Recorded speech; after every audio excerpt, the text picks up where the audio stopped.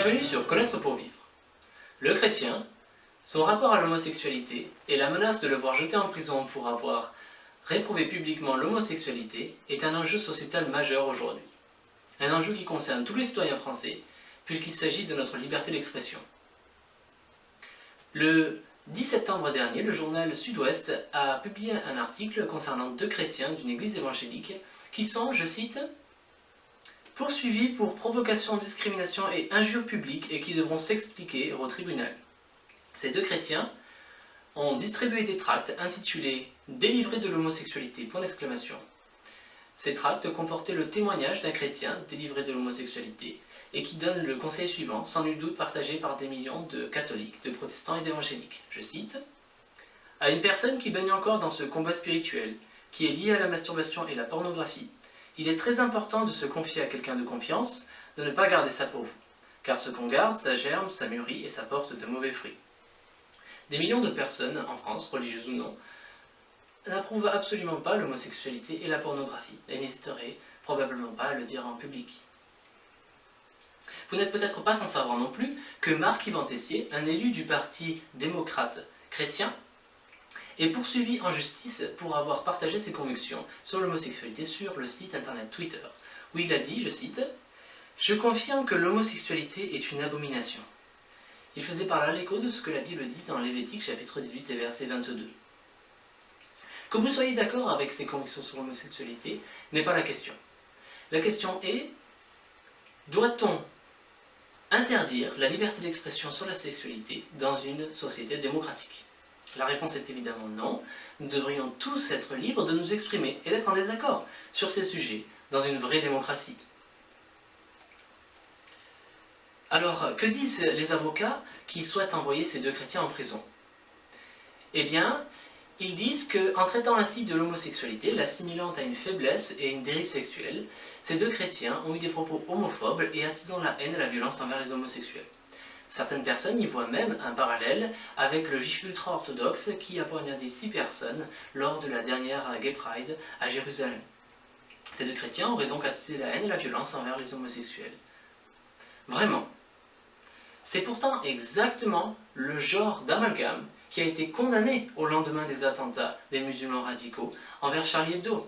Les politiciens et nombre de Français se sont précipités à raison pour dire que ce n'est pas parce qu'un musulman radical a commis de tels actes que la majorité des musulmans l'approuvent. La majorité des musulmans répugnent probablement la communication qu'avait ce journal envers leur foi, tout comme les chrétiens répugnent la communication que ce journal avait envers la leur. Mais cela ne signifie pas pour autant que la majorité des musulmans en France approuvent le meurtre de ces personnes, bien au contraire. De même, les chrétiens conçoivent que l'homosexualité est un péché, que c'est quelque chose qui est destructeur de l'intérieur pour une personne. Mais cela ne signifie pas pour autant qu'ils cautionnent la violence. La violence gratuite envers quiconque est condamnable et absolument intolérable pour le chrétien, et c'est certainement le cas également pour les homosexuels. Il est donc tout simplement trompeur de dire que le chrétien est homophobe parce qu'il n'approuve pas l'homosexualité. Vous connaissez peut-être quelqu'un qui a commis l'adultère et la destruction que cela a pu avoir dans sa famille. Peut-être n'approuvez-vous pas l'adultère et le considérez-vous comme une dérive sexuelle et une faiblesse. Mais cela ne signifie pas pour autant que vous réduisez le coupable de cet acte à cet acte, non plus que vous le haïssez. Le chrétien ne hait pas l'homosexuel. Au contraire, bien loin d'être homophobe, le chrétien a un amour authentique pour l'homosexuel, et c'est d'ailleurs pour ça qu'il lui annonce la possibilité d'une vie nouvelle et éternelle, par le pardon de ses péchés, tout comme des siens, parce que cela nous mène en enfer, mais grâce à Jésus-Christ qui est mort et qui est ressuscité, le Fils de Dieu fait chair il y a près de 2000 ans. La réconciliation avec Dieu est possible. Dieu et son amour atteint tous les hommes qui reconnaissent qu'ils ont besoin de Dieu pour être guéris. Le sacrifice de Jésus-Christ a plus de valeur que nous ne pourrions jamais l'imaginer. Vous n'êtes jamais trop loin de Dieu pour être pardonné et être réconcilié par la foi. Savez-vous que dans de nombreuses sociétés du monde, dans de nombreux pays, y compris en Europe, la prostitution est légale?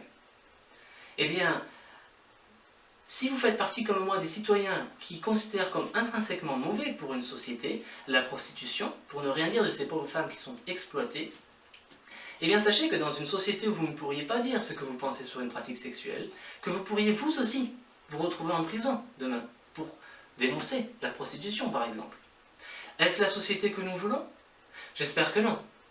J'espère également que les hommes politiques, les hommes d'État auront le courage et seront à la hauteur de ce virage pour que nous ne sacrifions pas la liberté d'expression sur l'autel de l'intolérance d'une pensée divergente.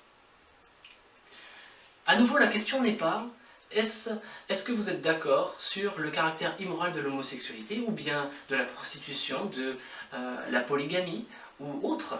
La question est, peut-on dans une vraie démocratie interdire l'expression de parole concernant la sexualité? Et la réponse que nous devrions tous avoir, à mon sens, est un grand non. C'est peut-être la seule chose sur laquelle nous nous mettrons d'accord d'ailleurs. C'est en tout cas la conviction que je partage avec le philosophe Voltaire, qui n'appréciait certes pas le christianisme, mais qui a dit cette phrase restée célèbre dans toutes les sociétés où règne la liberté d'expression. Je ne suis pas d'accord avec ce que vous dites, mais je me battrai jusqu'à la mort pour que vous puissiez le dire. Alors si un chrétien ou tout autre citoyen ayant taxé d'immoral l'homosexualité, si cette personne se retrouve menacée de prison ou en prison, ne nous réjouissons pas. Et ne soyons pas indifférents non plus, parce que simplement nous ne partageons pas ses opinions. Au contraire, révoltons-nous avec respect, luttant main dans la main pour préserver nos libertés d'expression. Dans une société laïque et démocratique, nous ne devrions jamais admettre la criminalisation de la foi chrétienne. Merci pour votre écoute. Si vous souhaitez vous cultiver sur la foi chrétienne, je vous invite à visiter le site connaîtrepourvivre.com, son blog, ainsi que le Facebook Unitas Social. A bientôt.